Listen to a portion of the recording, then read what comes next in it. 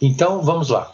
O objetivo desse capítulo é tentar dar a gente uma visão espacial de como funciona a política, né, nesse modelo, né? Pessoas que gostam das coisas escritas, né, de frase e tal, e tem pessoas que gostam de figuras, né, de imagens, né? Então, o objetivo desse modelo é simplesmente nos auxiliar na visualização dessa disputa sobre opiniões, tá certo? Bom, então vamos lá. Então, o voto é dado por uma proximidade espacial.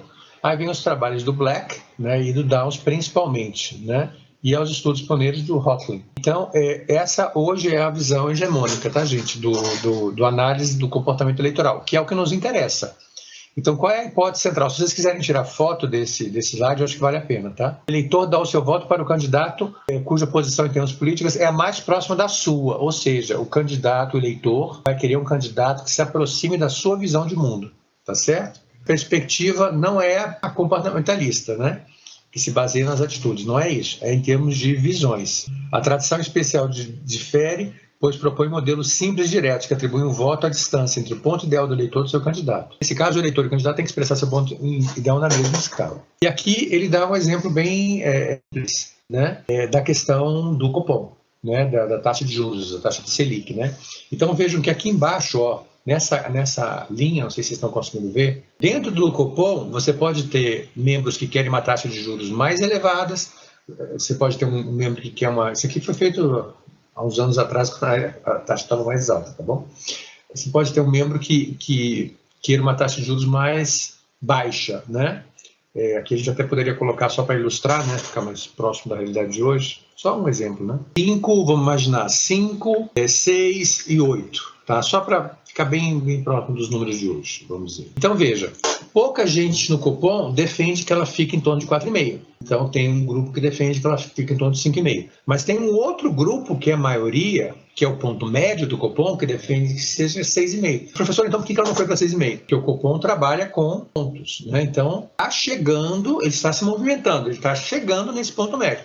Alguns membros do cupom defendem que a taxa de juros chega até a 8, 8,5, tá certo? Mas esse grupo aqui vamos chamar 8,5 só para ficar mais fácil, né? Então, esse grupo aqui é um grupo minoritário, tá? Então, ele não representa a média do comitê. Então, a taxa de juros, no caso aqui do cupom e da taxa Selic, tem que representar o ponto médio da opinião dos membros do comitê. Deu para entender isso? Então, vejam, então qual é a taxa que vai predominar? A do ponto médio. Ah, mas como é que não chegou no ponto médio ainda? Porque ela está em movimento, está havendo um deslocamento, e ela vai se estabilizar quando chegar no ponto médio. O ponto médio hoje pode ser 6,5, mas amanhã pode ser que ele seja 7, não sabemos, né? Então, a gente tem que acompanhar essas mudanças. Vai depender do resultado da inflação de julho, de agosto e por aí vai. Agora, veja bem, tem uma outra situação, né? Enquanto for só uma opção, né, uma curva, né? E essa curva for simétrica, tudo bem. Mas vocês podem perguntar, mas e se a curva estiver assimétrica? Né? Se ela não for uma curva equilibrada como era essa? Ora, se ela é assimétrica, significa que esse ponto médio já não representa mais a vontade. Então, a gente tem que ver onde é que está esse ponto médio. Se ele está aqui, se ele já está aqui, que é o que está acontecendo, tá certo? Você tinha gente que defende 6,5, mas provavelmente essas pessoas já não defendem mais 6,5, já estão em 7,5, e aí você cria uma curva assimétrica. Nesse caso, se a Selic estava, como era o caso até o mês passado, né, em 4,5, mas a curva ela é assimétrica e o ponto médio dela já é 7,5, significa que essa curva vai ter que se deslocar rapidamente para chegar nesse ponto, porque o ponto tradicional já não representa mais a vontade do membro médio do cupom. Ou seja, aquela ideia de que ele estava em 4,5, 5,5, já não é mais ideal. Então, mesmo que ela seja uma curva assimétrica, não muda a tese central que você tem um ponto médio. Só que aqui, vejam só, o nosso ponto médio aqui já é 7,5. O cupom ainda está indo de 4,5 para 5. Mas, na verdade, os membros realmente acreditam que a taxa de juros tinha que estar em 7,5. Então, você cria uma curva meio assimétrica, né, que é o caso aqui, não sei se eu fui feliz na curva, né? só para dar uma ideia, né? Mas qual é o meu objetivo aqui? É mostrar que o ponto médio já fugiu do gráfico, ou seja, o ponto médio já se deslocou para a direita.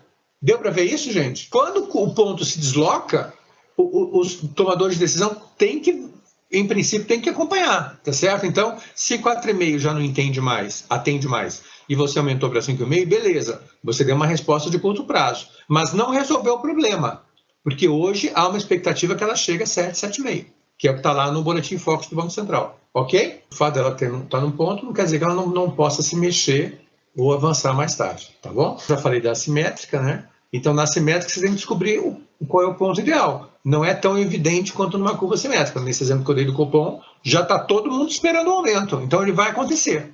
E há uma concordância sobre ele. Aqui a situação é um pouco mais difícil, porque você pode ter 2 pontos médios. Tá certo? Então, você tem um grupo, voltando ao nosso exemplo aqui do Copom, você pode ter um grupo que está satisfeito com uma taxa de 5,5, tá? E você pode ter um outro grupo que fala, não, está errado. O ideal seria que fosse 4,5. Então, você veja, você tem um pico em 5,5 e tem um pico em 8,5. Qual é a solução, então, democrática para equilibrar entre um grupo que defende... Aqui a gente tem um pico, tá certo? Então, pode acontecer isso aqui também. Não é muito comum, tá certo? Mas pode acontecer. De você ter um grupo que diz, não, eu quero que fique em 5,5. Aí o outro grupo diz, não, vocês estão errados. O ideal é que a taxa de juros esteja em 8,5, chega a 8,5. Bom, qual é a decisão, então, nesse caso? Muito simples. Se você tem um grupo que o pico é aqui e o outro pico é aqui, se a gente somar 5,5 e 8,5, quanto é que vai dar? 14. Qual é o ponto médio, então? 7. Vocês estão vendo qual é a lógica? Aí faz a média, Sim, né? professor. Aí você faz a média, exatamente. Pronto, agora não tem dúvida. Vocês estão entendendo? E aqui a gente pode criar até mais um quadrinho, se vocês quiserem, para ficar bem bacana. Se vocês olharem, por exemplo, o Boletim Focus da semana passada dizia, não, a taxa média no Brasil devia estar em 7%. Só que a taxa de juros estava em 4,25. E gente dizendo, não, se a gente chegar a 5, tá bom demais, já resolveu o problema. E o outro grupo dizendo, não, a gente tem que chegar lá até 8,5. Então, veja, o 5 já não representa mais a maioria, nem o 8,5. Então, o que a gente faz? Vamos buscar o meio termo. Qual é o meio termo? 7. Se for 7, ela vai atender parcialmente a esse grupo e parcialmente ao grupo do 8,5. Se eu coloco para cá, muito para cá, a curva, eu perco esse grupo. Concorda comigo? Eles vão ficar insatisfeitos e vão pressionar para a taxa de juros voltar. Se eu deixar a taxa de juros aqui, como ela está hoje, esse grupo vai dizer, olha, isso aí não é suficiente. Na próxima reunião, a gente vai pedir um aumento. E aí ela vai se deslocando ao longo do tempo. Claro que na medida em que você tem os resultados da inflação, né, vendo se a inflação está caindo ou não, você vai dar argumentos para esse grupo dizer, olha, a inflação não caiu, temos que avançar mais na taxa de juros. Até que chega num ponto que é o ponto de equilíbrio. Deu para ver, gente? Então, isso aqui são o quê? São múltiplos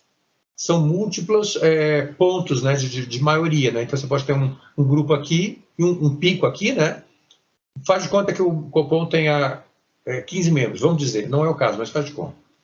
Então, você pode dizer que você tem 5 aqui, 5 aqui, e os outros 5 estão distribuídos dentro dessa curva. Então, qual é o ponto médio para a maioria? É esse aqui. Já vimos a assimétrica, já vimos, então, múltiplos picos, vocês já entenderam, né? Pode ter um grupinho aqui, um grupinho ali. Então, o eleitor médio tende a se concentrar no meio deles, tá? Quando está todo mundo, quando o eleitor médio está muito claro, está concentrado, melhor. Professor, qual a melhor definição que eu posso dar para eleitor médio? Então, o eleitor médio seria aquele eleitor que é a síntese de todos os eleitores do país naquele momento. Ele pode variar, tá? Se em algum momento esteja mais à esquerda, no caso do governo Lula, né, quando eles votaram, os eleitores votaram pelo presidente Lula e pela sua eleição, o eleitor estava simpático ao governo Lula, então ele estava deslocado à esquerda, né, que é a síntese do que aconteceu. No governo Dilma, ele começa a se deslocar um pouco para a direita, no governo Temer ele já está completamente deslocado para a direita, e em 2018 ele elege o presidente Bolsonaro. Então, o eleitor médio ele sempre representa, vamos dizer assim, o que pensa os eleitores do país de uma maneira sintetizada, né? Então, aqui mostra justamente essa sua pergunta, Marcos Paulo. Então, numa eleição, o que nós vamos buscar? Qual é o nosso objetivo? Descobrir onde é que está esse eleitor médio. Nosso curso não, a gente está sempre aprendendo, porque sempre pode ter mudanças, tá? Então, veja só, a gente está supondo que é apenas um pico, apenas uma curva, né, de diferença, e aqui é a vontade do eleitor médio. Pode ser o eleitor como cidadão, pode ser o eleitor médio da taxa Selic também, naquele exemplo que a gente deu, tá? Então, se a gente imaginar de 0 a 10, a gente pode imaginar uma taxa, vamos botar 0 a 15 para ficar mais fácil. 15, a gente pode entender que a taxa ideal seria 7,5, por exemplo.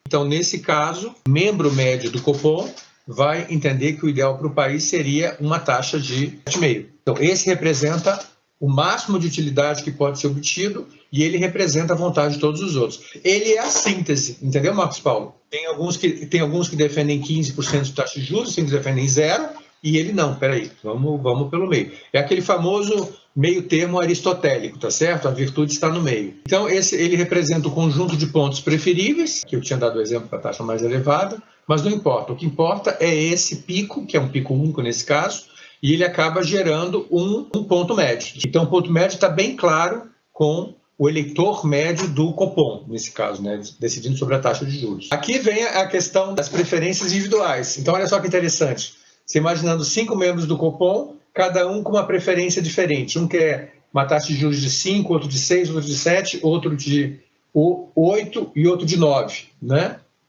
Vamos botar aqui de 10 no máximo. Ora, é claro, são vários picos, tá certo? Então você tem cada um com a sua preferência individual, você pode montar uma curva com cada um deles.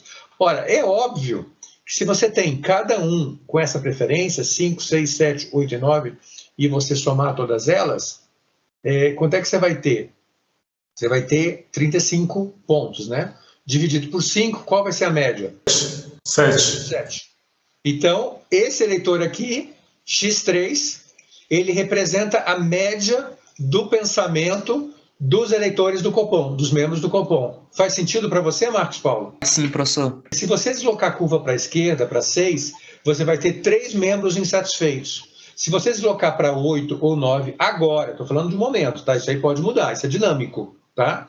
Mas nesse momento que a gente está vendo as opiniões, a média do Copom foi essa. Ou seja, aquele eleitor de 7%, naquele momento, ele é o eleitor médio.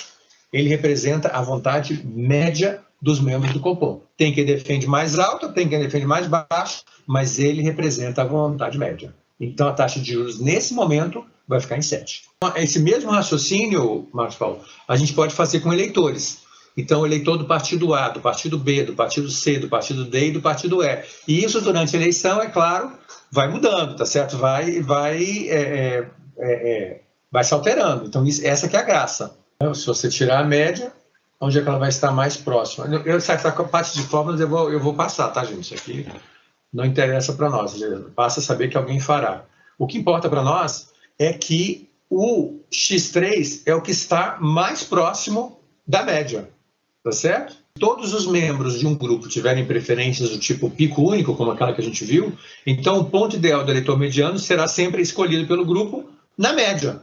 Então, nesse caso aqui, evidentemente, não tem como, mesmo que a gente botasse aqui, ó, que defende 10, por exemplo, e desse um número inexato, né? Aqui daria 15, 25, 31, 36, divididos por 5, daria 7, alguma coisa, tá ok? Mesmo assim, o X3 continua sendo o que mais se aproxima da média. Agora, é claro que se eu aumentar muito esse X5, e esse X5 representar 14, aí é diferente, aí já muda. 15, 18, 32, 40. Aí, nesse caso, vocês vão concordar comigo, se tem alguém que defende 14, que vai se aproximar mais da média, agora vai ser o 8. Deu para ver? Porque você está deslocando a curva para a direita. Vamos deixar como estava. 5, 6, 7, 8, 9, 15, 20, 26, 9, 35, 35 divididos por 5, 7, não é isso? Então, 7 continua sendo o ponto médio dos... Está vendo aqui, ó? O indivíduo 3 é o eleitor mediano e seu ponto de máxima utilidade, né, tem aqui, que seria justamente essa questão do 7. Então, ele que vai se aproximar mais. Os números não eram exatamente aqueles, por isso que dá uma diferençazinha. Mas ele é o que mais se aproxima, tá certo? A gente pode fazer o mesmo raciocínio para... Então, não vai ter uma média exata, mas, de qualquer maneira, ele vai ser o que mais vai estar próximo da solução. Então, na hora deles se reunirem para discutir, quem é que representa a média do grupo? O X3. Vocês sabem que isso é usado, não sei se vocês sabiam disso, até no Supremo. Quando você tem uma discussão constitucional, você pode ter um ministro votando a favor, outro ministro votando contra, e um ministro acatando em parte aquele tema. E aí o que eles perguntam? Onde é que está o voto médio? Eles fazem exatamente isso no Supremo. Aqui, dentro de uma comissão, a mesma coisa. Você pode ter 3 partidos, partido 1, partido 2, partido 3, X1, X2, 3, com visões diferentes. Sendo que o partido X2 é um partido moderado. O partido X1 provavelmente é um partido de esquerda, porque ele está mais próximo da linha da esquerda. O X3 é um partido de direita. E o X2 é um partido de centro. Então, quem provavelmente vai conseguir aprovar uma lei, uma legislação, será o bloco de centro. Por isso que a tendência é sempre centrípeta, tá certo? Então você tem essa corrida para o centro. Porque se o partido de direita tentar emplacar uma legislação dele, que atende só a ele não vai ter os votos suficientes para aprovar. Se um partido de esquerda tentar impor a sua vontade, sem ter apoio dos partidos de centro, e do direito, obviamente, que não vai ter, então ele também não consegue. Então, só quem consegue aprovar a legislação é quem está aqui no meio. É o X2, porque o X2 consegue ouvir algumas demandas de X3 e algumas demandas de X1. E ele chega num ponto intermediário, que é o ponto médio. Professor, minha dúvida é no slide anterior. Aqui, assim, para explicar, consideraram-se 5 indivíduos com preferências ali próximas. 5 membros. 5 membros, né? E com percentuais também próximos. Aí faz uma média simples, dá 7, ok, coincidiu do seu X3, que seria o meio mesmo, e tem 2 para a esquerda e 2 para a direita. Mas quando você aumentou a média, aumentou a preferência do X5 ali para 14%, e o médio ficou em X4, em 8, né? Você não deixou insatisfeito 3 na esquerda, não? Quando foi aumentada a preferência do X5 para 14%, aí foi feita a nova média, em que seria 8% o meio termo, né? Uhum. Aí o meio termo ficaria em X4. Só que X4, ele deixa insatisfeitos, vamos dizer assim, do seu lado esquerdo, 3, e do seu lado direito, 1. Então... Mas aí a gente está supondo que todos têm o mesmo poder, né? E que esse X5 ele tem a capacidade de propor que ela vá lá para 14%, né? Então, nesse caso, então, como ele está se deslocando muito dos demais, né? Ele está vindo para cá, né? Então, pode ser que esses 3 digam o seguinte: olha, a gente defende em média 5%, né? Mas tem uma proposta aqui que está querendo que vá para 14%, né? Vamos dizer, faz de conta, né? E aí, esses três indivíduos aqui vão se reunir e vão dizer: olha, essa proposta aqui de 14 ela é inaceitável para nós, tá? Mas vamos supor, Matheus, que esse indivíduo que propôs a 14 seja o presidente da comissão. Tá. E aí, então, esses 3 falaram o seguinte: olha, a proposta da gente era nesse sentido, mas a gente está entendendo que tem propostas bem mais à frente, né? Então, para nós, a gente se sente menos agredido em apoiar o X4 agora, já que tem essa proposta de... Então, eles vão se sentir menos agredidos que seja essa proposta do que a nova proposta, que agora é 14%. Porque você pode imaginar várias propostas na mesa, entendeu? Então, esse indivíduo puxando para lá, os outros para cá, né? Então acaba que ou então pode haver um deslocamento também desses 3 aqui. O de 6 fala assim: quem sabe então eu concordo em aumentar a média para 7. Você está entendendo? Sim, sim. Aí esse aqui passa a ser a nova média, porque a média vai estar entre esses 2, e aí vai ter que haver uma negociação, porque não vai ser aprovado nem 14, nem 4, tá certo? Nem 5, nem 12. Então, a média vai estar por aqui. Aí vão entrar as negociações, ok? Agora, isso é um caso bem extremo, né, o Matheus? Porque, na verdade, eu dei só para ilustrar, né? Mas o normal seria realmente aquela série anterior, 4, 5, 6, 7, 8, com a média no 7. Tá bom? Esse se assemelha ao caso que eu ia falar na minha visão, né, do Guedes ao propor a tributação de dividendos, né? Inicialmente ele falou em 15%. Quanto? Inicialmente o Guedes falou tributação em 15%. 15. Só que isso, eu imagino que seja o que ele quer. Como ele viu que se ele falar 15, o Congresso vai diminuir, ele falou, não, agora é 20. Porque ele já sabe... Então, vamos fazer aqui, ó. A gente pode fazer isso tudo representado, a gente pode representar no nosso gráfico. Então, você coloca lá 20, vamos dizer, mesma coisa. Eu quero que vocês aprendam a praticar isso, tá certo? 20, vamos botar 10 aqui, só para facilitar, vamos botar 10 e 5, tá bom? Então, veja, você tem uma pessoa que tem influência, que é um ditadorzinho, que é o ministro da Economia, que quer 20. Você tem gente que quer 5, gente que quer 15, e tem gente que faltou botar aqui. E gente que quer 0, que atualmente o status quo é 0. Olha só que interessante. Vocês estão vendo, gente, como é que funciona na prática? Esqueci disso aqui, que é importantíssimo. 0, tá? Então, 0, veja só. Mas 0, quem é que defende 0? Ora, 0 é o status quo. É o mais importante. Porque ele está tentando quebrar o status quo. Todos estão vendo isso? Então, é o mais difícil aqui. Ele está tentando sair do status quo. E aí, o que ele propõe? Como você observou muito bem, Matheus.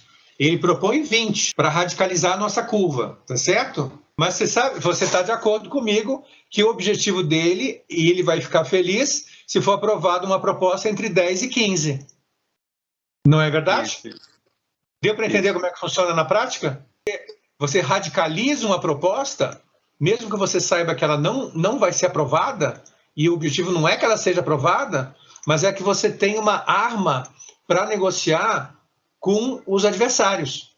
Aqui eu coloquei uma linha imaginária, tá certo? Professor, seria até uma estratégia, né? Porque se você considerar... Claro, é lógico. Ela vai ser sempre aproximada pelos extremos, então ele colocar 20 é porque ele sabe que vai ser o mais próximo possível da intenção inicial dele, né? Que é 15. Ele gostaria de 20, no pior cenário, 15. O Congresso deixaria o status quo ou aprovaria no máximo 5, mas só que 5 não satisfaria ao Guedes. Então, vamos pegar esse exemplo aqui, que é um exemplo muito bom. Eu te agradeço pela sua intervenção, Matheus. Onde é que você acha que está o ponto médio? 0, 5, 10, 15 ou 20? 20 é a proposta do Guedes, 0 é o status quo atual. Onde é que está o ponto médio? No 10. Evidentemente no 10, ótimo. Então, você há de concordar comigo que se for aprovada, ela provavelmente vai se situar em torno de 10. Pode ser um pouco mais, um pouco menos, mas provavelmente nessa faixa. Se insistirem muito em aumentar, pode ser que nada seja aprovado. Aí nós voltamos ao status quo, a situação atual. Qual é o status quo? 0. Deu para ver? Todos viram? Aí o ponto que eu queria saber também é que se for radicalizado demais, então se ele chuta o pau da barraca e fala eu quero 50, essa proposta do X5 fica muito distante dos outros, né? Totalmente. Ela não tem chance de ser aprovada. Ela cai naquela nossa curvinha inicial, onde é que ela está. Aqui mesmo. Ela estaria dentro desse grupinho. Ela viraria uma proposta de um xiita, tá? Desse grupinho aqui longe, tá?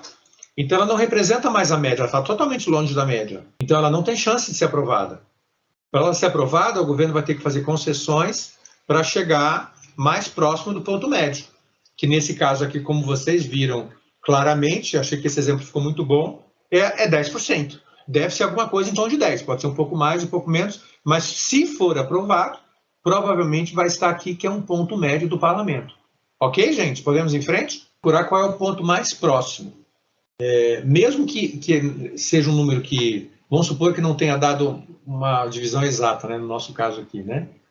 Mesmo assim, a gente tem que procurar o ponto mais próximo. Se fosse, por exemplo, 3, 4 e 5, né? Quanto é que daria aqui? 9, 12, 19, 27. Não é isso? 12, 19, 27. Dividido por 5, 5, alguma coisa. Quer dizer, não é um ponto exato. Mas qual é o ponto que mais se aproxima? Continua sendo esse ponto aqui. Tá? Se aqui fosse 1, 2 e 3. Faz de conta. Tá certo? 3, 2, 5, 6, 7, 13, 8, 21. Divididos por 5, 4. Continua sendo esse ponto mais próximo da média. Deu para entender? Então, mesmo quando não tem um ponto exato, a gente procura quem é o eleitor que melhor representa a média. Tá bom? Então, nesse caso, seria esse aqui. Tá? 15, 20, 21, divididos por 5 vai dar 4. A média é 4. Só que não tem ninguém que defenda 4. Quem é que está mais próximo de 4 aqui?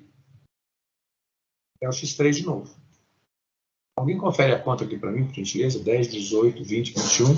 21 divididos por 5. 4,2, não é isso? Quem é que está mais próximo de 4,2? X3. Deu para entender? Então, ele passa a ser automaticamente defensor desse grupo. Independente de dar um resultado exato ou não. Bom, vamos em frente, senão a gente não acaba hoje. Bom, então, o que acontece? No caso de uma proposta do executivo, vai ser a mesma coisa. Você vai mandar, o executivo vai ter a sua preferência e ele vai ver quem é o bloco ali que mais se aproxima da sua preferência. Então, você tem a proposta executiva aqui, que é essa linha pontilhada, todos estão vendo? Tá? Só que não tem ninguém que defende a proposta do executivo, só o executivo.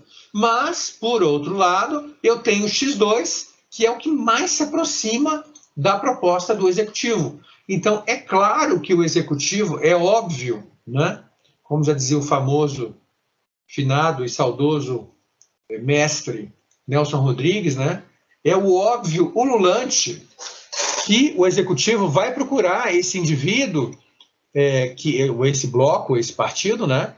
E vai falar para ele, fulano, vocês é que mais se aproximam da minha proposta. Então, eu gostaria de fazer um acordo para aproximar a visão de vocês da minha. Porque ele sabe que esse partido, além de estar mais próximo, ele está no ponto médio.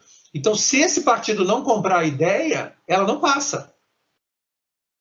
Tá? Então, ele vai ter que fazer concessões, vão chegar a um acordo, e esse acordo, então, vai representar o ponto médio de novo, que pode ter um novo ponto médio aqui, que vai ser um acordo entre a proposta do executivo e a proposta desse bloco. Pronto. Então, esse pontilhado em cinza, eu acho que vou botar em vermelho, na verdade, porque vermelho ilustra melhor.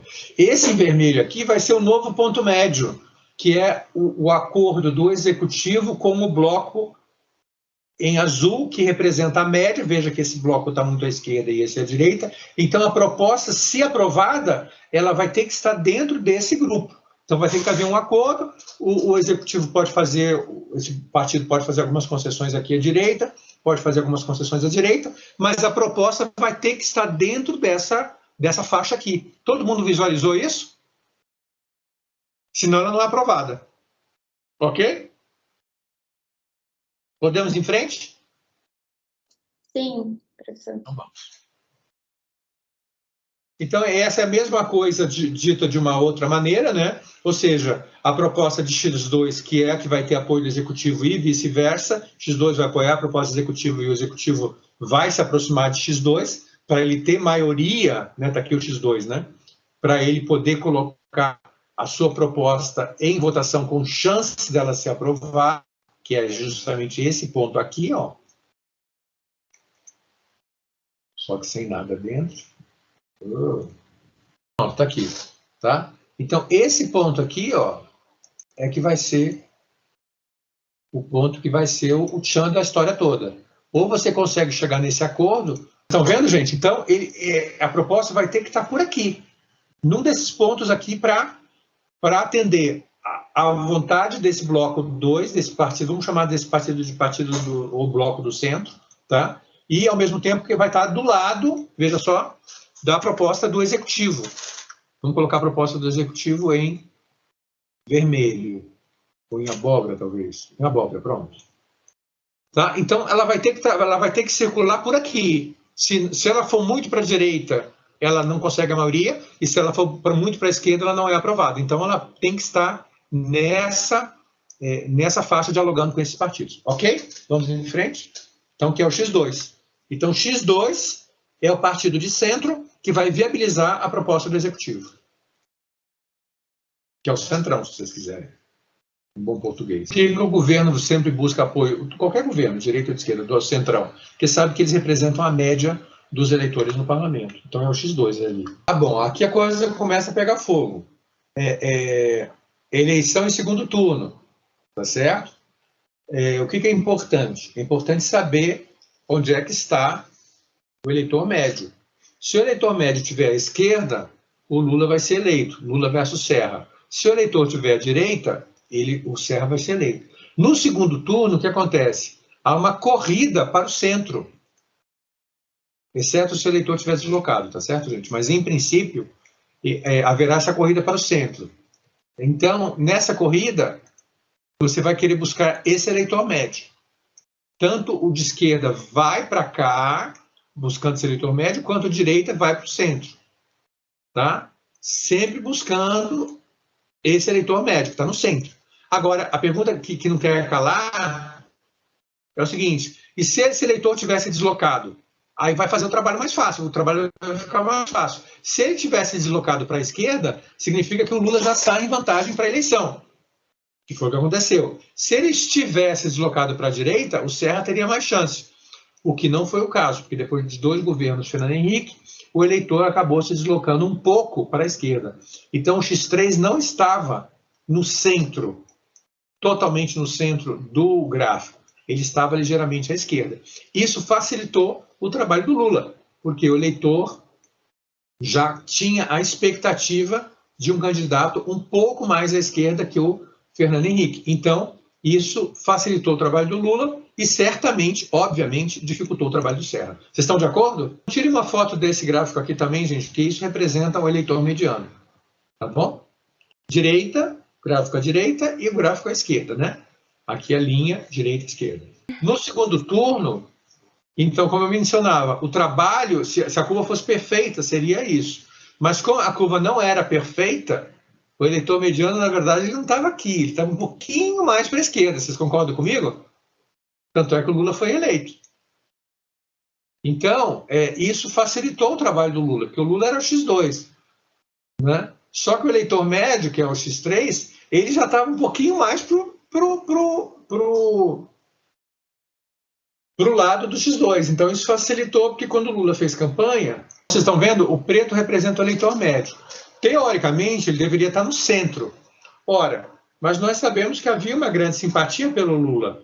Então, na verdade, esse eleitor médio se deslocou em direção ao Lula. Então, o Lula não precisou fazer o trabalho, ele foi para o centro, com certeza, mas já havia uma predisposição para votar nele.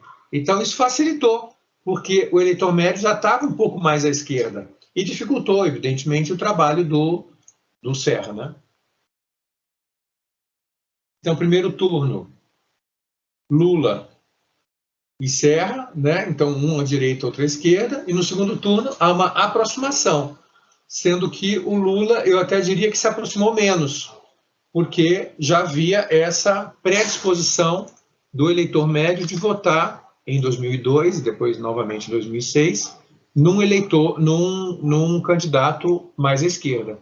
Então, na verdade, o Lula já estava mais próximo desse eleitor médio do que o Serra estava. Todos concordam com isso? Então, é isso, gente. A gente vai chegar no nosso teorema base do curso de hoje, que é o modelo clássico. Então, existe um eleitor mediano, que representa a média da sociedade. Mediano aqui não é pejorativo, tá, gente? É mediano do ponto de vista estatístico. Vai ser a referência política naquele momento. Então, os candidatos vão correr em direção a esse eleitor mediano, tá certo? Quais são as premissas que o Downs utiliza em relação a esse eleitor mediano, ou eleitor médio? Todos os participantes têm conhecimento das posições do eleitor mediano, que no caso os candidatos, né? Os candidatos sobre as plataformas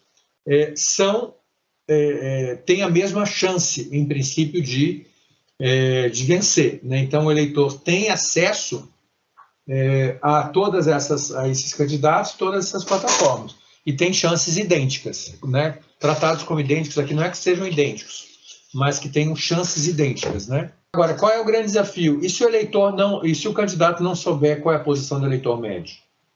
Né? E o contrário, se os eleitores não souberem qual é a posição do candidato. Então, qual é o resultado disso? Aí surge uma ignorância, ou seja, um desconhecimento. Como é que você cobre esse desconhecimento? Com as pesquisas de opinião. Concordam? Nas pesquisas de opinião, você descobre se o eleitor médio está deslocado para a direita ou para a esquerda, ou se ele está no centro. Tá?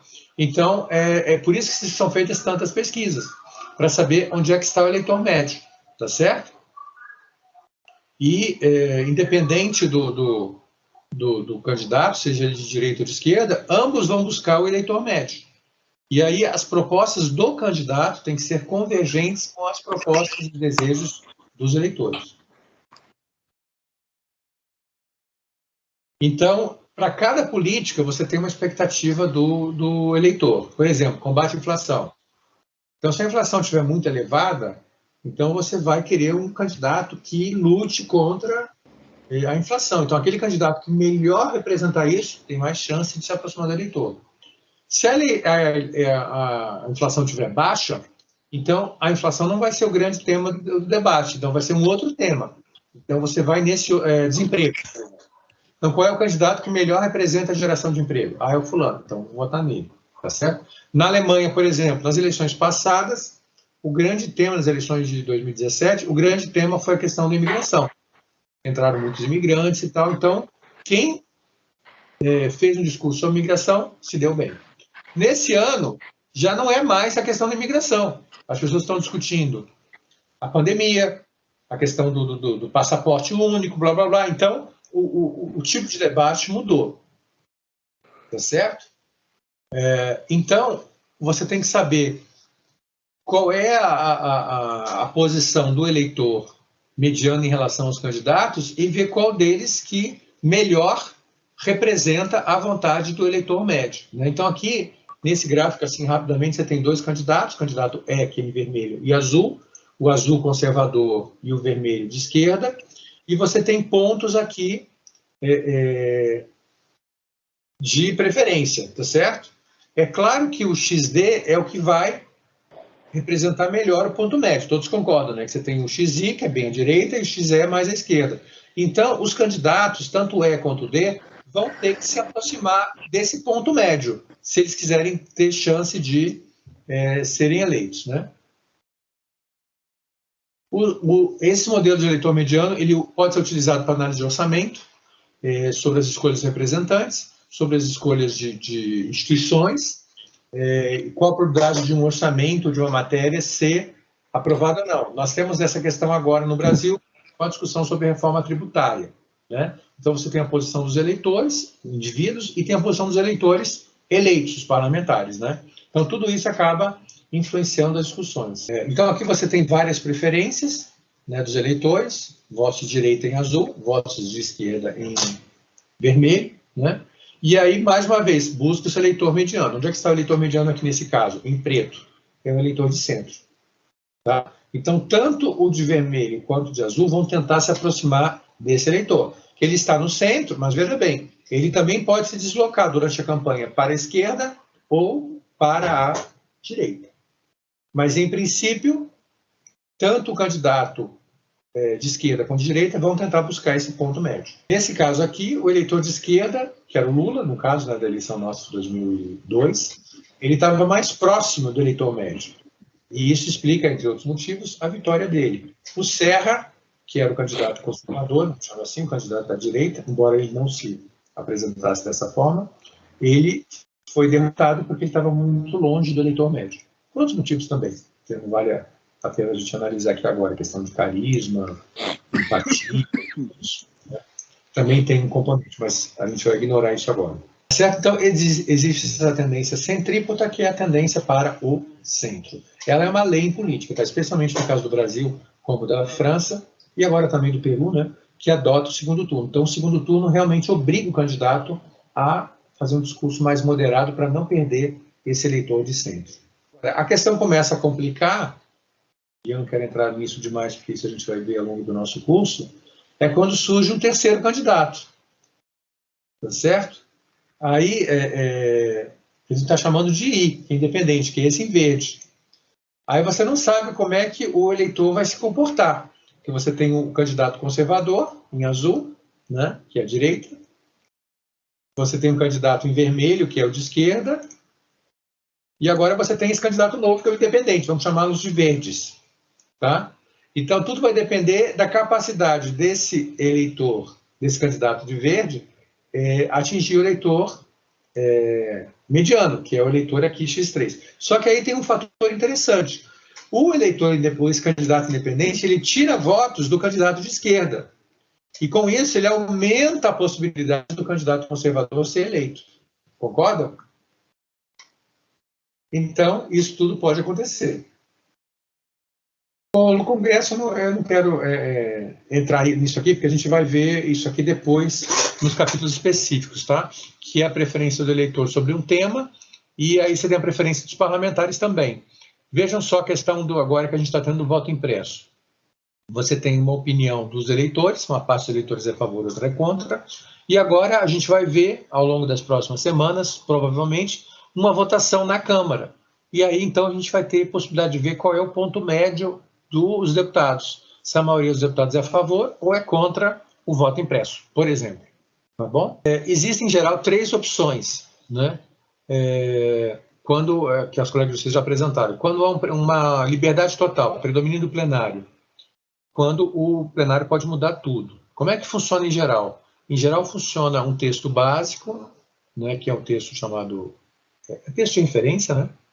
E aí depois você coloca em votação as emendas. Só que, se o governo tiver maioria e tiver em sintonia com o presidente da comissão, ele pode fazer o seguinte: eu vou fazer um requerimento pedindo que todas as emendas sejam votadas simultaneamente. As emendas individuais, né? Então, se o presidente da Câmara tiver maioria, ou da comissão, né, tiver maioria e estiver em sintonia com o governo, o que ele pode fazer? Vamos votar todas as emendas agora. E aí ele rejeita todas e rejeita todas de uma vez só, entendeu? Então não tem uma votação emenda por emenda. Então pode acontecer isso também, né?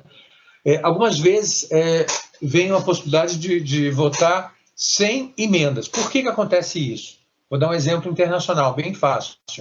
Quando o Brasil aderiu ao Rodado Uruguai do antigo GATT, agora da OMC, né, a Organização Mundial do Comércio, era um acordo internacional. Acordo internacional não pode ser modificado pelo Parlamento Nacional, tá certo? Quando você adere ao acordo, você tem que votar o acordo em totum, como ele está, tá certo? Então eu não posso emendar um acordo da ONU. Eu vou fazer uma emenda no Brasil sobre a Carta da ONU lá, lá em Nova York e tal, nos Estados Unidos. Não posso.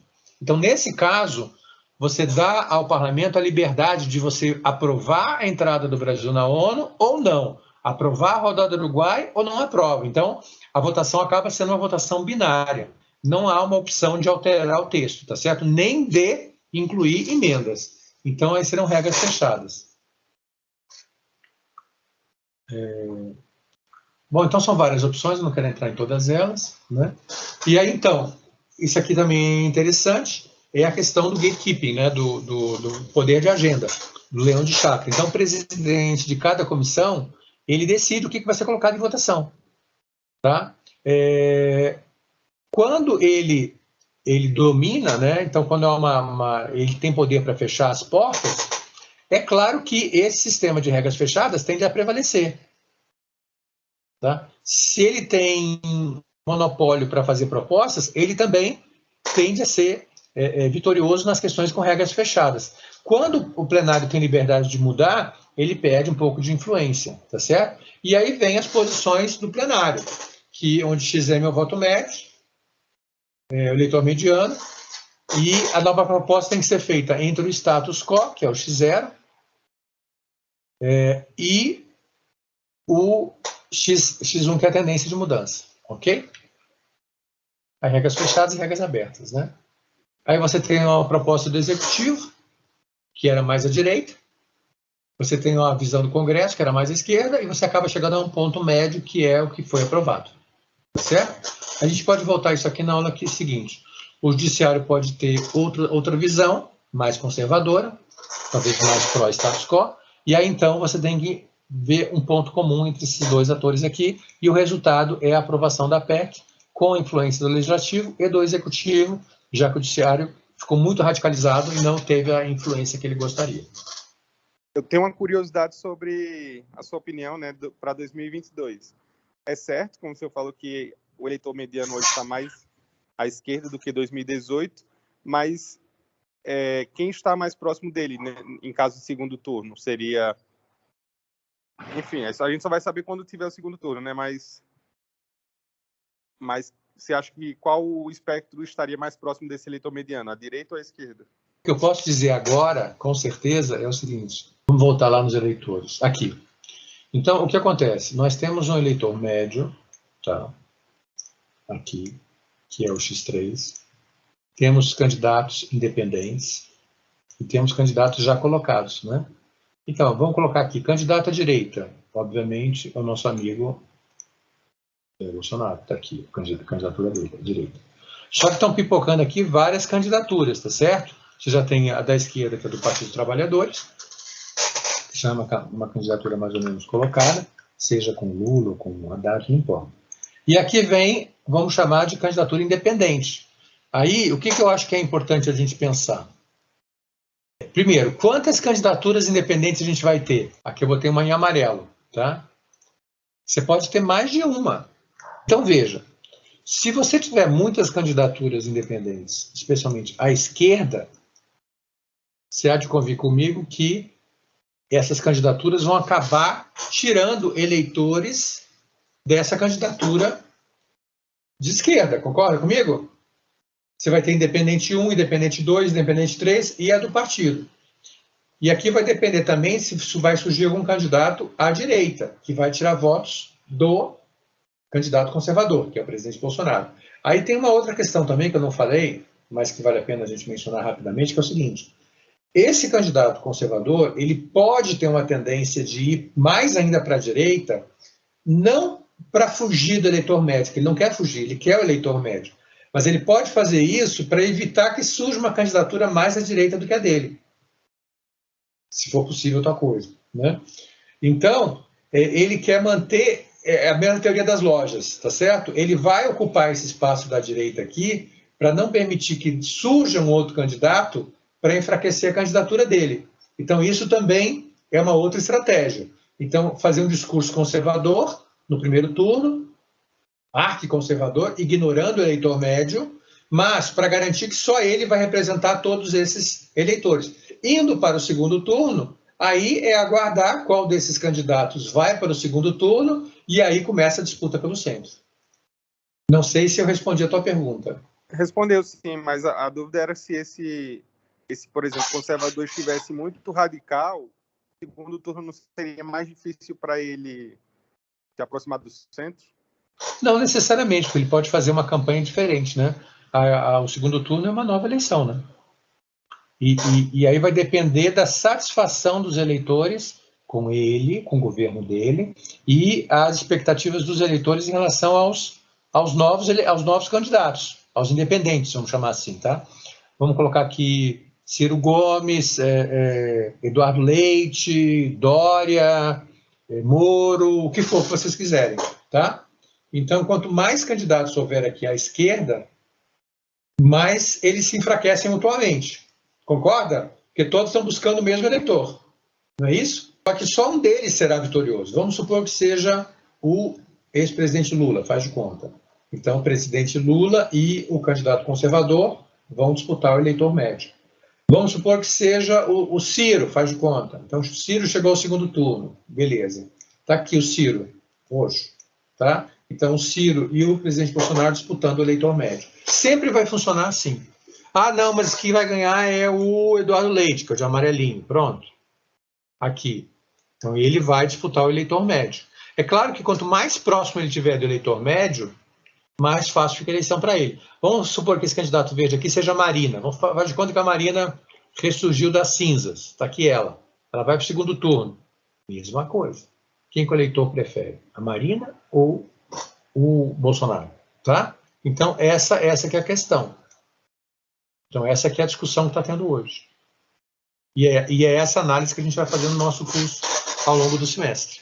Ok? Tentar localizar onde está esse eleitor médio e onde é que estão os demais candidatos. Ok, gente? Acho que terminamos por hoje, né? É uma coisa bem sofisticada, eu achei que tinha muito a ver com o voto sofisticado e o voto estratégico, porque as pessoas mentem. Então você tem uma impressão na frente, né, que essa é uma impressão mais floreada e tal, e a realidade não é aquela, né? Então, por isso que eu botei essa decoração, para justamente reforçar a questão do comportamento estratégico do voto sofisticado. Porque a aula de hoje, no fundo, é sobre mentira, concorda comigo? É sobre como mentir e convencer os outros. Só que a gente não chama de mentira no nosso curso, tá certo? Então, qual é o nome do nosso curso? Comportamento estratégico, tá bom? Vamos em frente, ok? Bom, então, qual é a ideia? O Matheus já antecipou, achei a apresentação dele muito boa, muito objetiva. Bom, então, o Matheus já falou os aspectos mais importantes. É importante se antecipar os fatos. Ora, política você não pode viver em função dos outros, você tem que criar o seu destino. Como é que você cria o seu destino? Planejando, tá certo? Tem que ter uma visão racional. Você tem que ter uma visão lá na frente. O mundo político é baseado em propósitos e sonhos. Alguns sonhos são bons, outros não necessariamente, mas o importante é que cada político tem o seu sonho. Um deles para alguns políticos é chegar, para um político local é chegar a deputado federal, para outros é chegar a governador, para outros é chegar ao Senado, para outros é ser ministro, para outros é ser presidente. Então, cada um tem o seu sonho, né? Então, os atores racionais, ou seja, que estão dentro da nossa visão do nosso curso, buscam reforçar as chances do seu projeto pensando e agindo estrategicamente, ok? A ideia central desse capítulo é olhar antes de pular. Quer dizer, você não pula num buraco sem saber a profundidade dele, mesmo que seja para se salvar, tá certo? Então, você tem que saber o que você está pulando. Você está sei lá, você está num monte, o monte está pegando fogo, tem um laguinho na frente que supostamente é sua salvação, você está lá no cume do morro, você vai se jogar nesse laguinho, mas você quer saber qual é a profundidade do laguinho, então antes de você pular, você olha bem qual é o melhor lugar, por onde você pode descer e por aí vai. Deu para entender a ideia? Bom, olhar então antes de saltar. O pensamento estratégico e a previsão racional possuem uma lógica que leva em consideração a estrutura do PTD. Toda vez que vocês virem PTD, vocês já sabem que é processo de tomada de decisão. Isso que eu estou escrevendo para o pessoal que chega atrasado, que é processo de tomada de decisão. Então, o político ele tem que pensar estrategicamente, e não só na sua decisão imediata, mas quais serão as consequências da sua decisão. Então, nesse sentido, o autor fala com muita propriedade, né? Você tem que olhar para frente, e para olhar para frente você tem que olhar para trás também, porque ambas as decisões elas estão conectadas, né? Então, isso é chamado de indução para trás ou indução retroativa, quando você faz esse comportamento e olha justamente para trás. Deixa eu sentir que aqui ficou. Bom, então o que ele quer dizer com isso? A indução retroativa, que seria, a gente fala muito isso, os políticos usam muito a expressão, não sei se vocês já ouviram, olhar pelo retrovisor, né? Então, o que significa olhar pelo retrovisor? Olhar para trás. No retrovisor do carro, o que você vê? Você vê os carros que vêm atrás de você. Se você olhar para frente, você está vendo o carro que está na sua frente. Se ele frear, você está enrolado, tá certo? Atrás, se você quiser fazer uma ultrapassagem, ou se quiser mudar de faixa, você tem que olhar para trás, porque você vai saber qual é o carro que está vindo na outra faixa. Na sua faixa você sabe, porque você está vendo o carro da frente. Mas e do lado esquerdo? E do lado direito? Como é que está a rodovia? Você não sabe.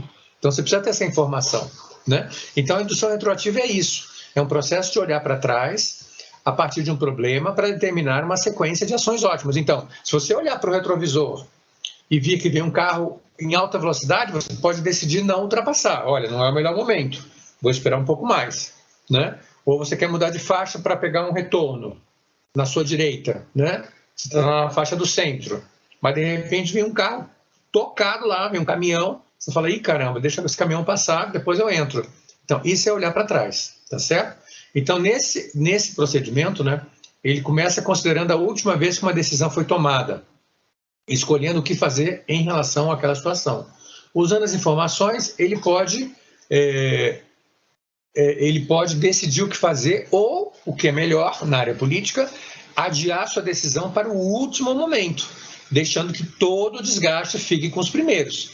Esse processo continua até que você colheu todas as informações necessárias para você tomar a sua decisão. Nós já vimos aqui, um exemplo disso foi o impeachment da presidente Dilma. Quem é que mais se beneficiou com o impeachment dela, do ponto de vista estratégico?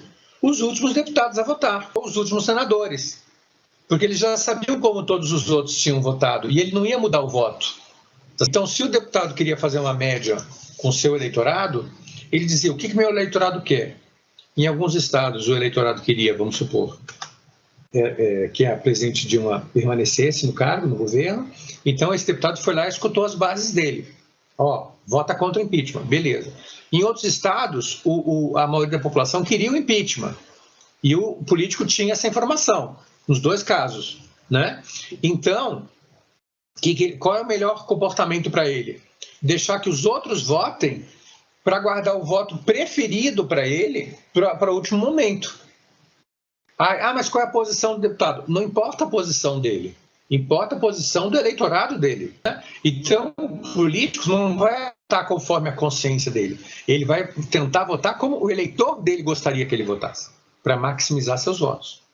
Tá certo? Então, vamos em frente. Aqui nós temos a indução retroativa, ou seja...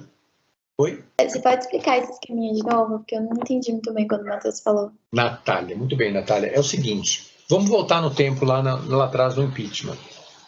Você concorda comigo que parte do eleitorado era a favor do impeachment e parte era contra?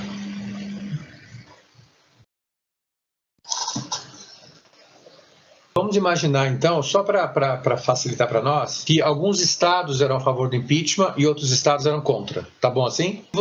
Vamos supor que você era uma deputada pelo Nordeste. Nordeste, de um modo geral, o Nordeste era mais favorável ao presidente Dilma. Vamos colocar assim.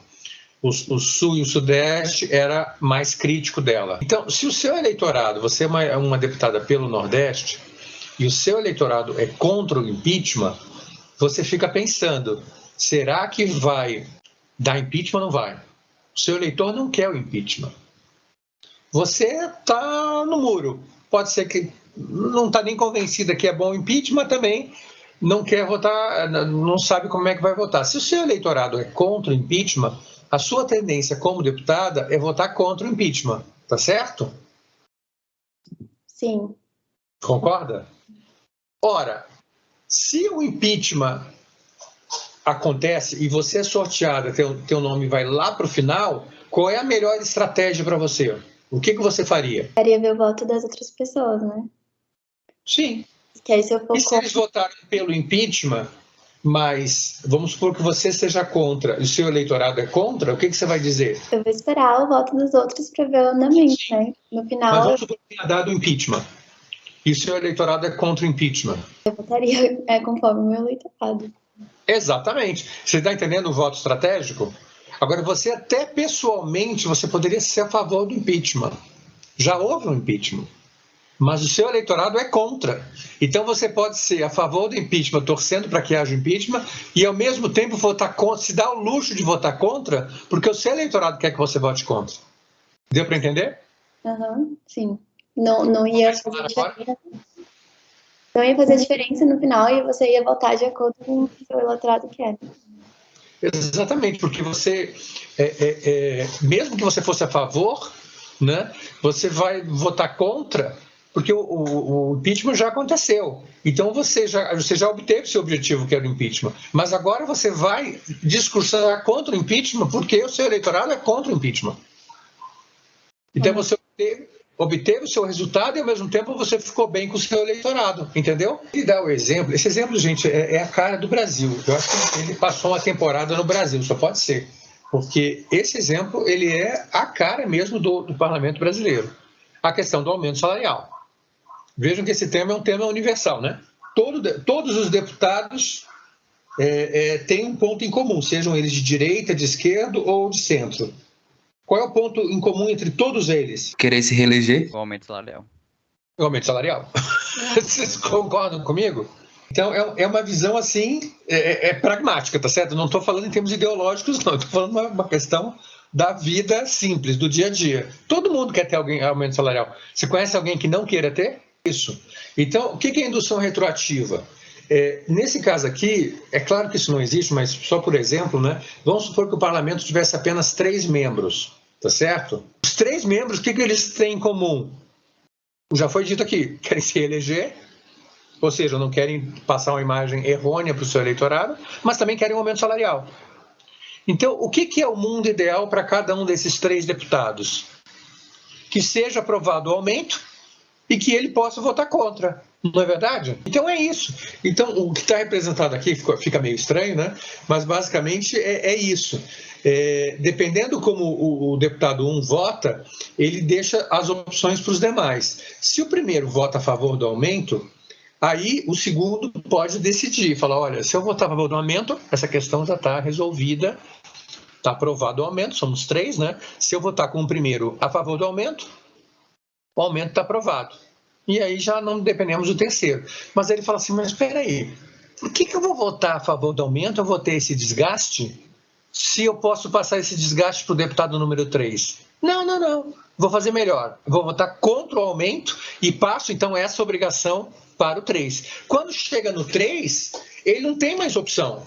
Quer dizer, sempre tem opção, mas se ele quiser o aumento, a única opção dele é votar a favor, porque o 2 já votou contra.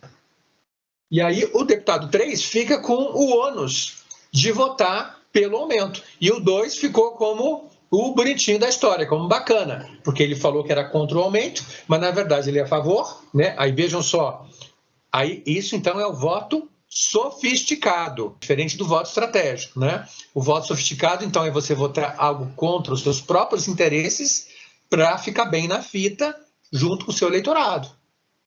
Já você ainda vai lá na tribuna e ainda fala absurdo esse aumento, não sei o quê, porque você acredita que o deputado 3 vai votar a favor do aumento. Então você fica como paladino da moral, dos bons costumes, recebe o aumento, mas o ônus do aumento não fica com você. Então, isso aqui, essa indução retroativa, nada mais é do que o que acontece com os deputados antes do terceiro voto, terceiro deputado. Então, deputado 1, deputado 2, deputado 3, tá certo? Então, antes do deputado 3 votar, você tem o Y é o yes, né?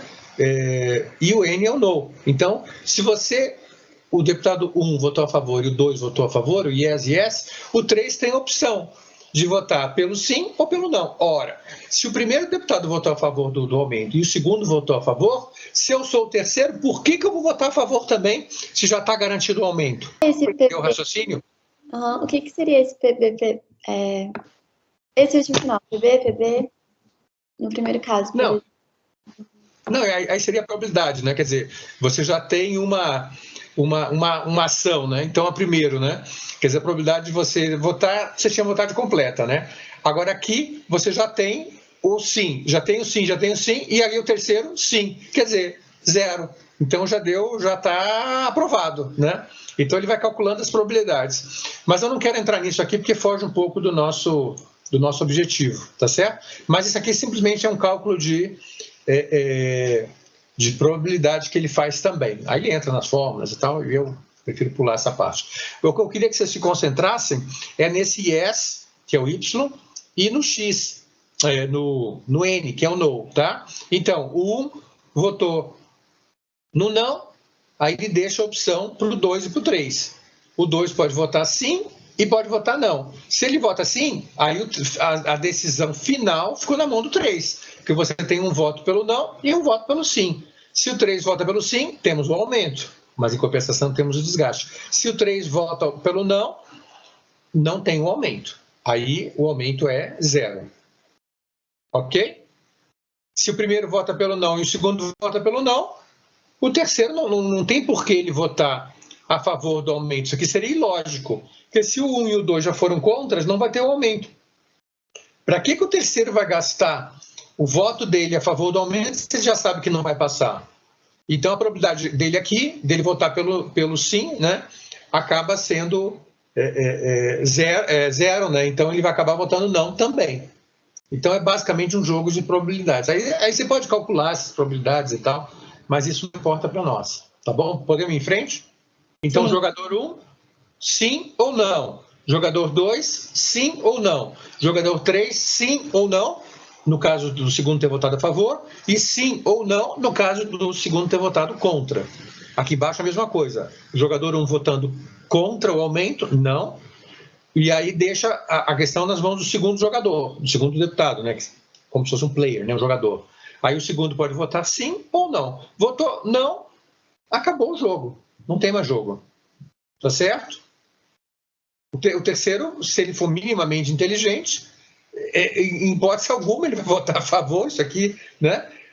Porque não tem sentido ele se desgastar num projeto desgastante que já sabe que não vai ser aprovado.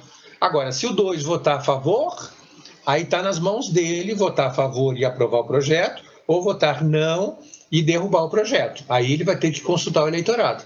Então vejam que quando você vota, qual é a ideia central aqui? Quando você vota por último, você tem uma visão melhor do jogo. Vocês foram convidados para um jantar sofisticado. Vai ter lá no jantar. Com certeza já aconteceu com todos vocês. Aconteceu comigo quando eu fazia o meu pós-doc lá em Nova York. Fui convidado para o jantar lá onde eu morava, né, uma residência especial para estudantes, e eles falaram, virar o prefeito de Nova York. Beleza, era o Giuliani, né? Isso já há muito tempo. Aí o que acontece? Você não sabe como é que você vai usar, você coloca na sua frente um monte de prato e um monte de talheres. Quais são os talheres que você vai usar, quais são os pratos que você vai usar? Qual é a jogada mais certa? Na dúvida, o que você faz? Qual é o prato que você pega e qual é o garfo que você pega?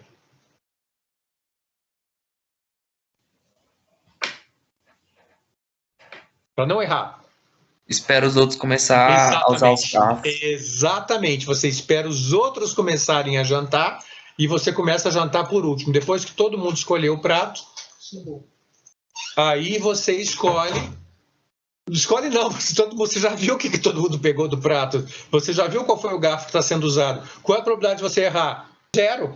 Então é a mesma coisa, gente, numa votação, não tem diferença nenhuma do jantar sofisticado, tá certo?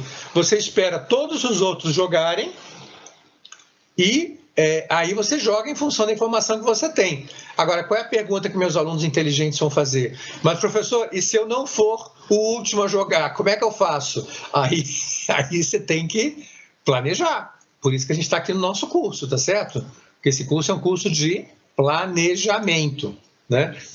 Então, quando vocês tiverem dúvida num lugar que vocês forem, um lugar novo, você não sabe como se comportar, qual é o melhor comportamento? Não fazer nada. Esperar. Depois que todos já agiram, já jogaram, aí chega a sua vez. Tá certo? Ou é como num restaurante que você vai e aí você não sabe o que pedir. É um restaurante caro. Aí você espera a primeira pessoa pedir, para ver o que ele vai pedir. Aí chega o primeiro que pede, chega lá e fala, eu quero lagosta. Né? Esse é um exemplo clássico. Né? Aí qual a opção que você tem? Se você quiser subir as apostas, você fala, sim, eu quero a lagosta também, e ainda me traga uma champanhe francesa, a mais cara que você tiver. Aí você está jogando a conta lá para o infinito, concorda comigo? Não estou nem aí, eu estou pagando para ver, né? O indivíduo veio pedir lagosta, eu vou pedir também. Ou então, o que você pode pensar? Você pode pensar o contrário. Essa conta vai estourar em mim, né? Então, o que eu vou fazer? Eu vou agir estrategicamente. Eu vou dizer o seguinte, não, gente, eu já jantei. Eu quero só um copo d'água. Entendeu? É um outro comportamento. Vocês concordam comigo? Todo rico que eu conheço faz isso. Fala, já comi, já jantei. E acaba saindo mais cedo mesmo. Exatamente. Mas se houver um prato comum, eles comem. Quando é de graça, né? Aí, nossa, esbanja. Não é de graça. Quer dizer, alguém vai pagar por aquele prato, só que não são eles, né? Então, é exatamente isso. Você matou a charada agora perfeitamente. Você diz que já jantou, você acompanha todo mundo, se houver um prato comum, uma entrada, uma coisa, você naturalmente participa, e no final você fala, olha, eu não jantei aqui, ó, pedi só um copo d'água, eu vou embora agora, tá? Então a conta não vai chegar nele. Vocês estão entendendo? Bom, então isso aqui é o jogo que a gente acabou de ver, tá? Jogos envolvem várias rodadas, muitos jogos são sequenciais, e o jogo sempre tem uma informação imperfeita, né? embora você tenha noção completa das regras, você nunca sabe como é que os seus jogadores vão jogar. Então, no caso dos deputados, né, como é que eles vão se comportar. Então, você, se possível, você vai pedir para ser o último a votar, sempre que você puder, tá? E aí a questão do aumento salarial, que nós já vimos, né? Então, sempre é melhor votar por último. Essa que é a moral da história, tá? Porque quando você vota por último, você já sabe o resultado, praticamente já está decidido, e você reduz o seu desgaste, tá? Então, só que se o outro jogador tiver agindo também como você, aí ele já vai, aí o fato de você votar por último perde um pouco a vantagem, porque ele sabendo que vai ter um jogador depois dele, ele pode, se ele quiser, jogar a responsabilidade do voto para você, que foi o exemplo daquele segundo jogador. O primeiro votou pelo aumento, o segundo votou contra. Para quê? Para jogar o ônus da aprovação do aumento salarial no terceiro. Então, é claro que você não é o único jogador a pensar estrategicamente. Então, você tem que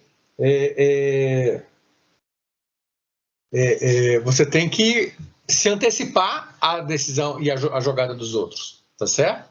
Então, o uso daquela árvore é só para você ver como é que os outros atores vão agir e votar, tá? Então, cada um tem que levar em consideração as decisões anteriores como possíveis consequências.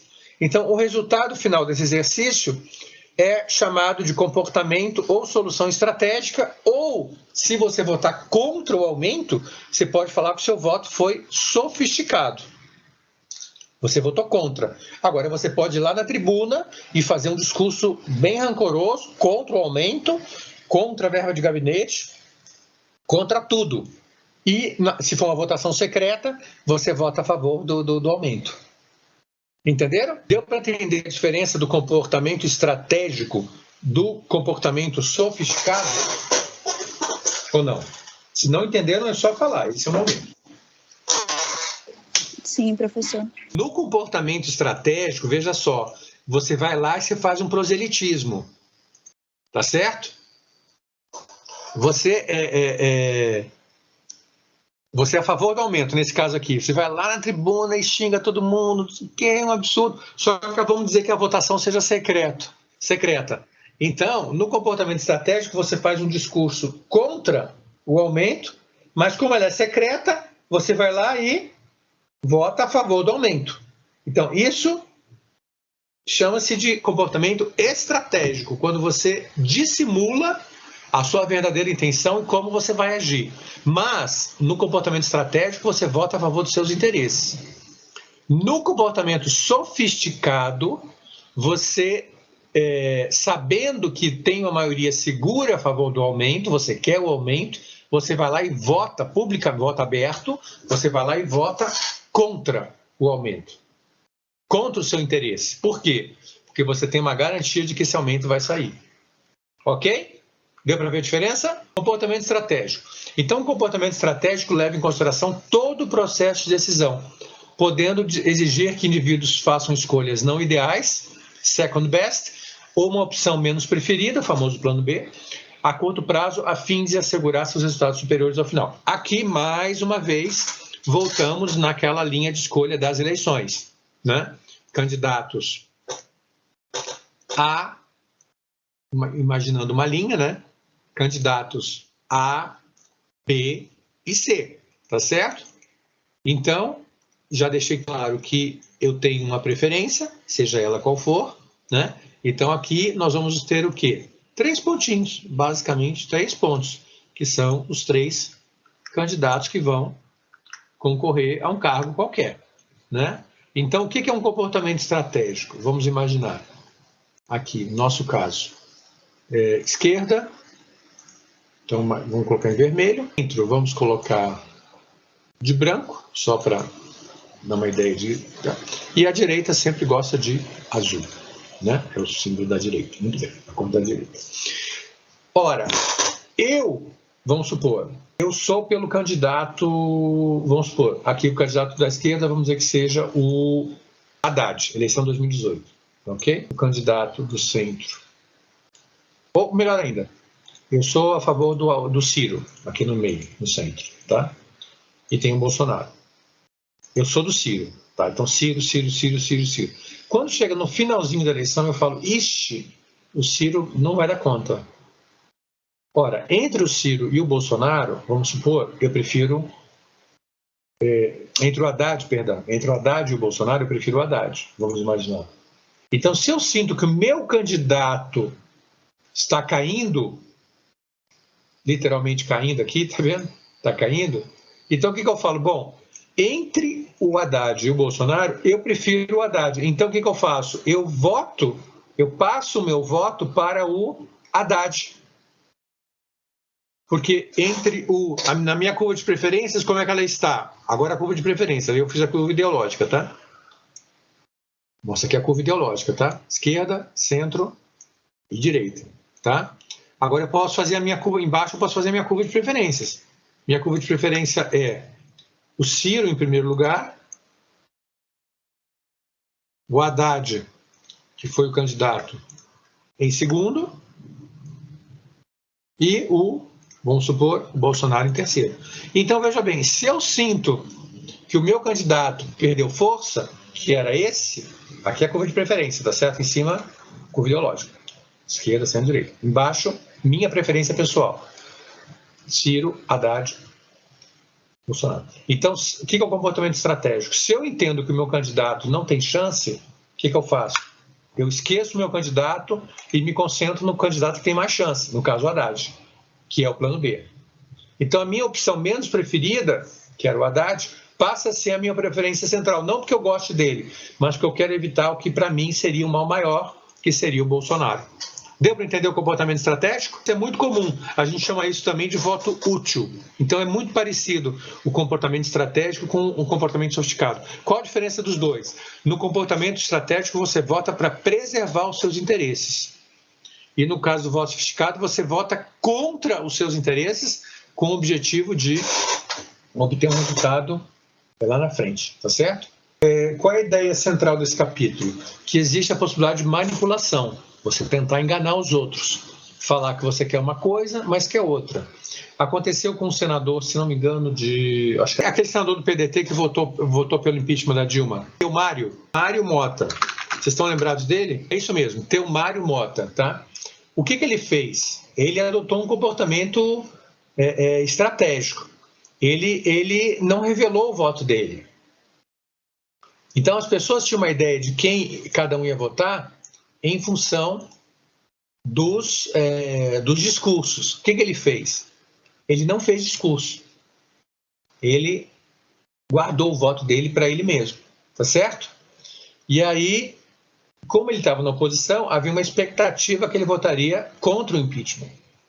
E aí, quando chegou a vez dele votar, ele já foi um dos últimos a votar, se não me falha a memória, aí a eleição já estava mais ou menos decidida. E aí, então, ele vota a favor do impeachment, surpreendendo todo mundo, né? Que ninguém esperava que ele votasse a favor do impeachment. E votou. Aí depois veio aquelas acusações que ele recebeu algum cargo em troca, isso, aquilo, não importa.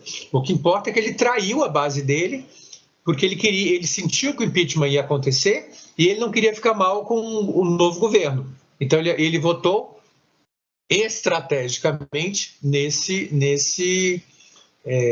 situação. Ok? Podemos ir em frente? Então, ele adotou um comportamento estratégico. Bom, qual é o teorema, então, do Gibbard-Staterate? De qualquer grupo com pelo menos 3 indivíduos em qualquer contexto de decisão, com pelo menos 3 alternativas, são as condições, né? Existe a possibilidade de universalidade no ordenamento de preferências de indivíduos. Ou seja, todo mecanismo de escolha social que não seja ditatorial é factível de ser manipulável. Ou seja, sempre que houver 3 atores com pelo menos 3 opções, é possível de manipular essas escolhas e as decisões dos atores. Aí qual é a condição que ele coloca? Desde que haja um ator não ditatorial. Eu acrescentaria, se vocês me permitem, o teorema do Gibbard, eu acrescentaria, até quando há um ator ditatorial, é possível de haver manipulação. Concordam? Mais uma vez, o exemplo de Eduardo Cunha, né, na presidência da Câmara que manipulou para obter o resultado que ele queria. E aí vem o ponto central da nossa aula de hoje. Nenhum método de decisão está à margem, né, ou está livre de ser manipulado. Por que é possível? Por que ele fala isso? Por causa do comportamento estratégico e do comportamento do voto sofisticado, quando você tem pessoas agindo de uma maneira que você não consegue prever, tá certo? Então, eles tentam manipular o resultado. Segundo Shapley, houve uma emenda, né, apresentada um projeto de lei que, se adicionado ao projeto, provocaria a morte do mesmo caso não seja modificado.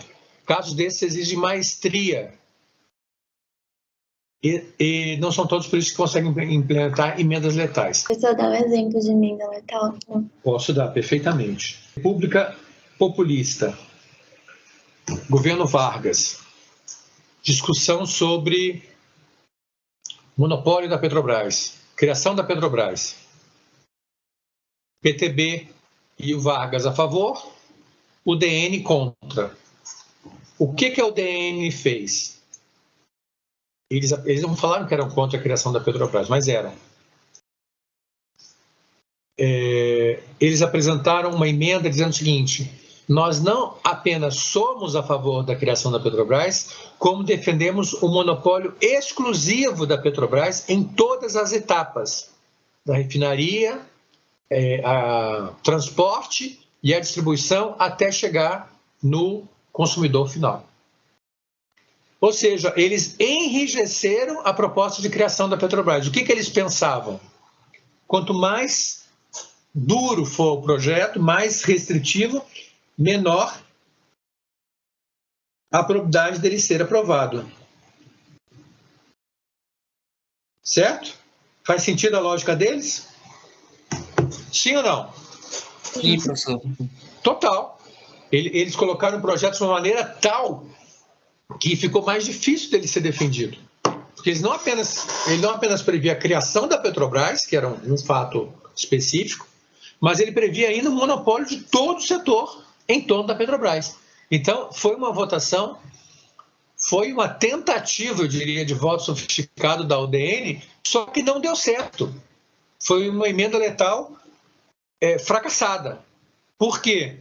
Havia um clima no país, havia um clima político favorável à Petrobras, que acabou se tornando favorável ao monopólio. Então foi aprovada não apenas a criação da Petrobras, mas também o monopólio dela. Então muita gente que defendia, né, o monopólio da Petrobras, não sabe que o projeto original não previa um monopólio. O projeto original previa apenas a criação da Petrobras. O monopólio foi colocado como uma casca de banana, uma emenda letal da UDN, para tentar inviabilizar a aprovação. Só que o tiro, né, saiu pela culatra, né? O feitiço aí se virou contra o feiticeiro, porque foi aprovado Petrobras e monopólio. E aí a UDN ficou completamente perdida, porque ela não sabia o que fazer. E ela não queria dizer que era contra a criação da Petrobras. Deu para ver um exemplo de emenda letal?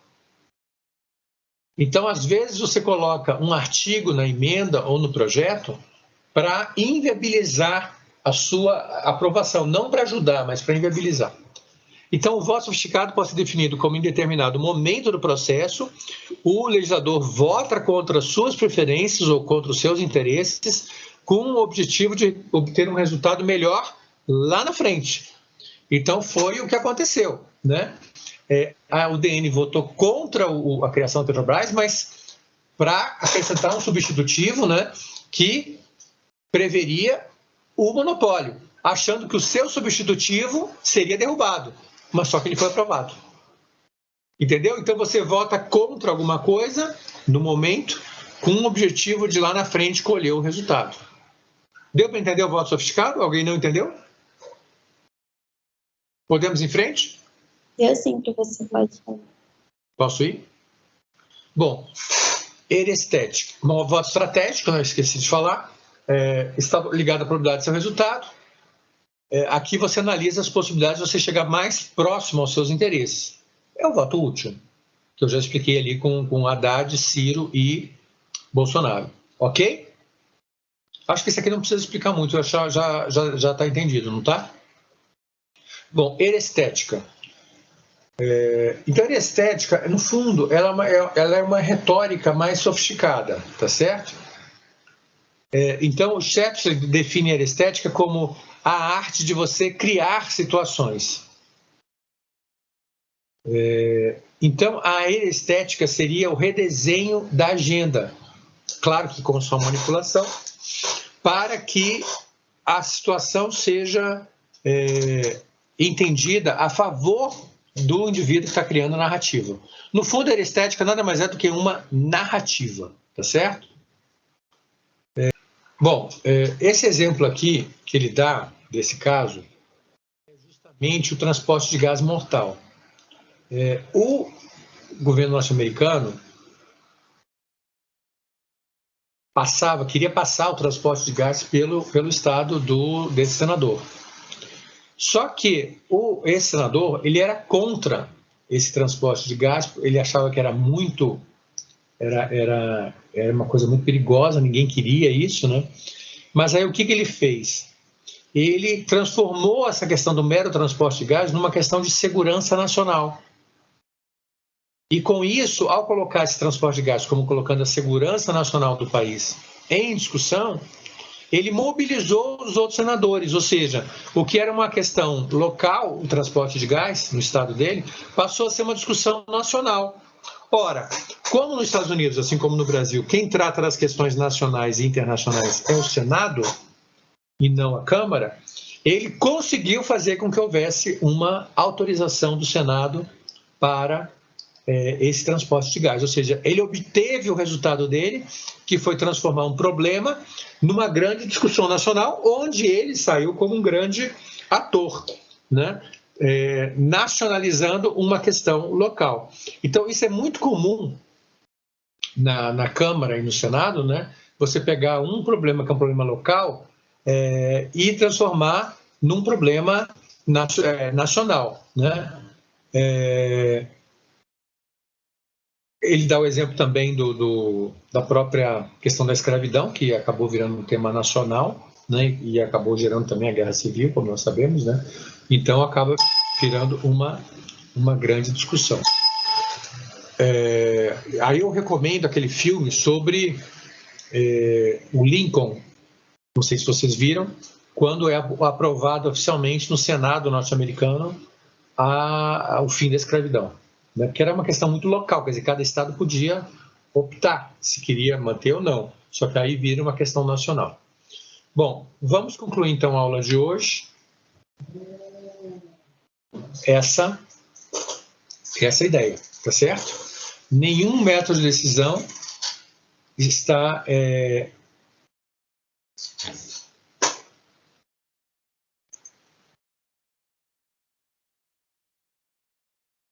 aqui está ao contrário, nenhum método de decisão em grupo. Ops, eu acabei falando o contrário. Certo, Matheus? Qualquer método de decisão em grupo é passível de manipulação.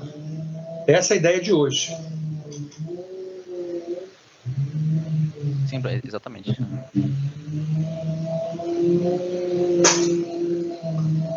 Alguém não entendeu essa ideia?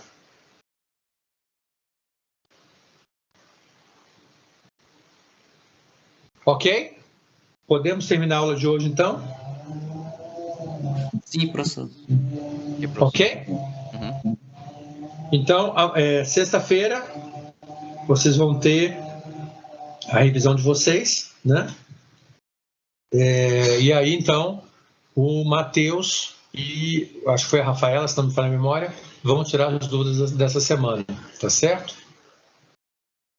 Então, essa que é a ideia. Qualquer método de decisão é passível de manipulação, basta que um dos atores queira manipular. Parece meio óbvio, né? Parece, professor, parece bastante. Depois que você lê o capítulo, aí fica óbvio, né? Mas antes não é não. Então é isso, gente. Então, até então terça-feira que vem, né? Boa leitura. E qualquer dúvida, vocês tiram amanhã durante o debate.